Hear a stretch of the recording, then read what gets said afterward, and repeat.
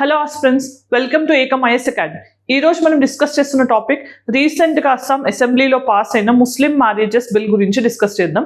So దీని యొక్క features ఏంటి, ఇది ఏ పర్టికులర్ బిల్ని రిపీల్ చేస్తుంది, దాంతోపాటు దీని క్రిటిసిజం ఏంటి అనేది తెలుసుకునే ప్రయత్నం చేద్దాం. సో ఫస్ట్ ఇక్కడ important announcement regarding TGPSC Group 1 Prelims Cum Mains Foundation Batch. So next notification అనేది అక్టోబర్లో ఉండబోతుందని గవర్నమెంట్ జాబ్ క్యాలెండర్ ద్వారా తెలుస్తుంది కదా. సో దానికి ప్రిపేర్ అవ్వాలనుకున్న వాళ్ళకి prelims come mains foundation batch అనేది హెల్ప్ఫుల్గా ఉంటుంది. సో ఇది 23rd September నుంచి స్టార్ట్ అవుతుంది, డ్యూరేషన్ ఆఫ్ 7 months. సో దాంతోపాటు మీకు ఇక్కడ కోర్స్ హైలైట్స్ అనేది ఇవ్వడం జరిగింది. అన్నిటికంటే ముఖ్యంగా కోర్స్లో యూనిక్నెస్ ఏంటి అంటే 1-to-1 మెంటర్షిప్ అనేది ఉంటుంది. సో ఈ 1-to-1 మెంటర్షిప్తో పాటు ఎంటైర్ కోర్స్ అనేది ఆన్లైన్ అండ్ ఆఫ్లైన్లో ఉంటుంది, along with English and Telugu mediums, right. Then ఇక్కడ ఇంకొక ప్రోగ్రామ్ UPSC ఆస్పిరెంట్స్ కోసం మిషన్ లక్ష్య. ఈ ప్రోగ్రామ్ యొక్క ఉద్దేశం ఏంటి అంటే మనం కరెంట్ అఫైర్స్ కోసం డిఫరెంట్ మ్యాగజైన్స్ని మంత్లీ పర్చేస్ చేయాల్సి ఉంటుంది కదా. For example Yojana, Kurukshetra, down to earth, then EPW కానీ PIB కానీ ఇలాంటివన్నీ పర్చేస్ చేయాలంటే కూడా మనకి మంత్లీ 1000 రూపీస్ అవుతాయి. సో ఆ మంత్లీ 1000 రూపీస్లోనే మీకు మ్యాగజైన్స్తో పాటు అనాలిసిస్ అనేది వస్తుంది, రైట్. సో అలా మనకి ఈ పర్టికులర్ ప్రోగ్రామ్ని డిజైన్ చేయడం జరిగింది Oberoi sir and Vijay sir ఆధ్వర్యంలో. సో ఇక్కడ మీకు డిఫరెంట్ సబ్జెక్ట్స్కి వాల్యూ ఎడిషన్ అనేది ఉంటుంది, అలాంగ్ విత్ PYQs. సో PYQస్కి సంబంధించిన అనాలిసిస్ కూడా ఈ కోర్స్లో ఉంటుంది. సో ఈ 2 కోర్సెస్లో ఫర్దర్ ఇన్ఫర్మేషన్స్ కోసం you can contact on the number, right. Then so ఇప్పుడు మనం డిస్కస్ చేస్తుంది ఏంటి, రీసెంట్గా అస్సాం అసెంబ్లీలో పాస్ అయిన ఈ పర్టికులర్ బిల్ గురించి. ఏంటా bill? Assam compulsory registration of Muslim marriages and divorces bill of 2024. ఇది అస్సాం అసెంబ్లీలో పాస్ అయిన బిల్.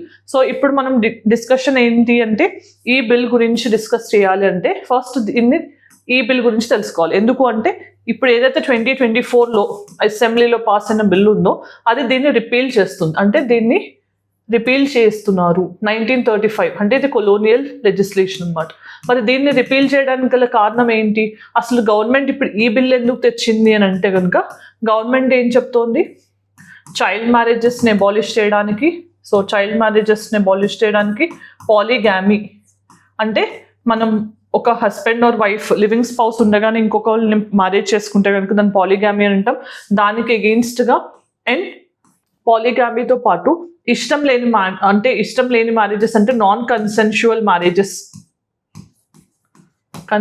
మ్యారేజెస్ ఏవైతే ఉంటాయో వాటిని ఆపడానికి బిల్ తీసుకొచ్చామని చెప్తున్నారు. మరి దీన్ని రీప్లేస్ చేస్తుంది అంటే కొలోనియల్ లెజిస్లేషన్ రీప్లేస్ చేస్తుంది. మరి కొలోనియల్ లెజిస్లేషన్లో ఏముంది ప్రొవిజన్స్ అంటే ఇక్కడ చైల్డ్ మ్యారేజెస్ని ఎలో చేస్తున్నారు అనమాట. ఎందుకు అని అంటే జనరల్గా మనకి ముస్లిం పర్సనల్ లా ప్రకారం ఈ లా అనేది ఆపరేట్ అవుతుంది అనమాట.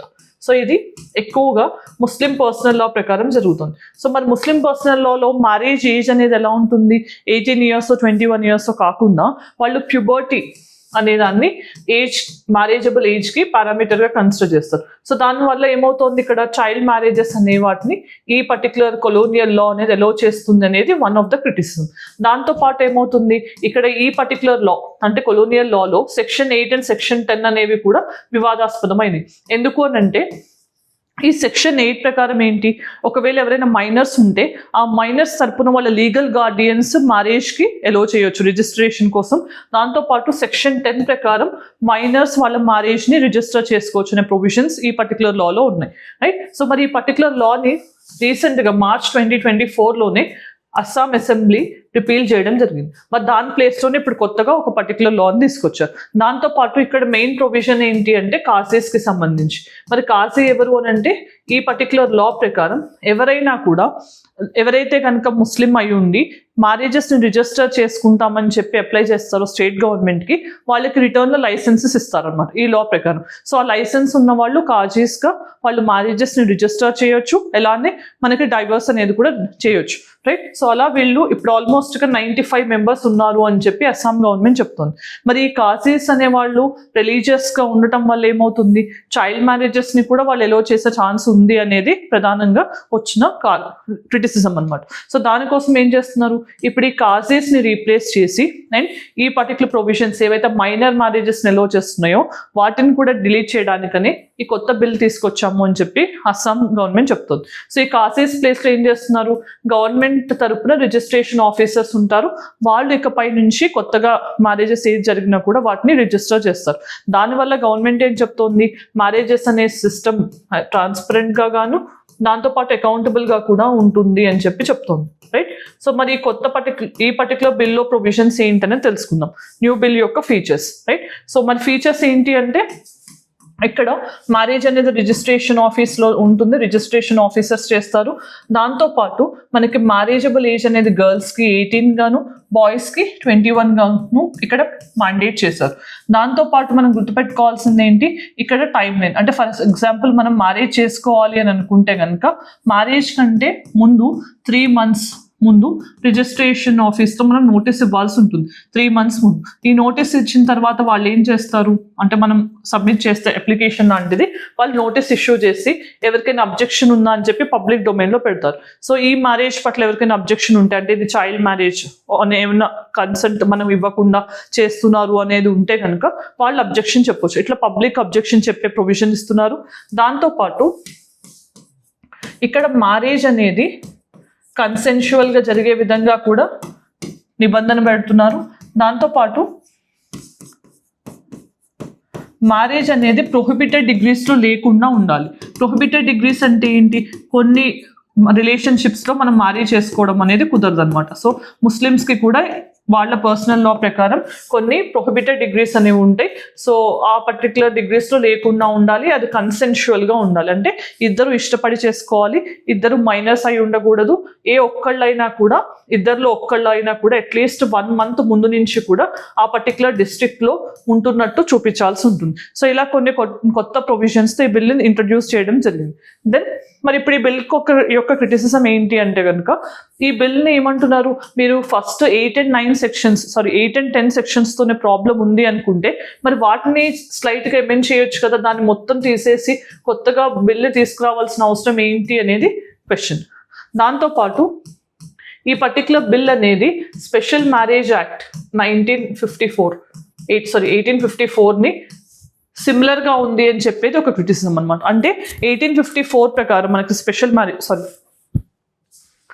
1954 ఈ స్పెషల్ మ్యారేజ్ యాక్ట్ ప్రకారం ఏంటి అంటే, మనకి ఇంటర్ కాస్ట్ మ్యారేజెస్ కానీ ఇంటర్ రిలీజియస్ మ్యారేజెస్ చేసుకుంటే వాళ్ళు ఏ మతం ఏ సంప్రదాయం ఫాలో అవ్వాలనే కన్ఫ్యూజన్ లేకుండా ఎలో చేసడానికి మనకి ఈ స్పెషల్ మ్యారేజ్ యాక్ట్ అనేది ఉంది, రైట్. సో దీని ప్రొవిజన్స్ లాగా ఉంది, ఎందుకంటే అక్కడ కూడా మనం రిజిస్ట్రేషన్ కంటే ముందు ఇట్లా అప్లికేషన్ ఇవ్వాల్సి ఉంటుంది, వాళ్ళు నోటీస్ అనేది ఇస్తారు, అబ్జెక్షన్స్ చెప్పడానికి ఒక టైం పీరియడ్ అనేది ఉంది. సో ఇలా కొన్ని ప్రొవిజన్స్ దానిలాగా ఉన్నాయి అనేది ఒక క్రిటిసిజం. దాంతోపాటు ఈ పర్టికులర్ మ్యారేజ్ ప్రాసెస్ అనే దాన్ని చాలా కాంప్లెక్స్ గా మార్చారనేది కూడా ఒక క్రిటిసిజం గా ఉంది. సో ఇవన్నీ కూడా ఈ కొత్త బిల్ కి ఉన్న క్రిటిసిజమ్స్ అనమాట. దెన్ ప్రాక్టీస్ క్వశ్చన్ ఏంటనే చూద్దాం.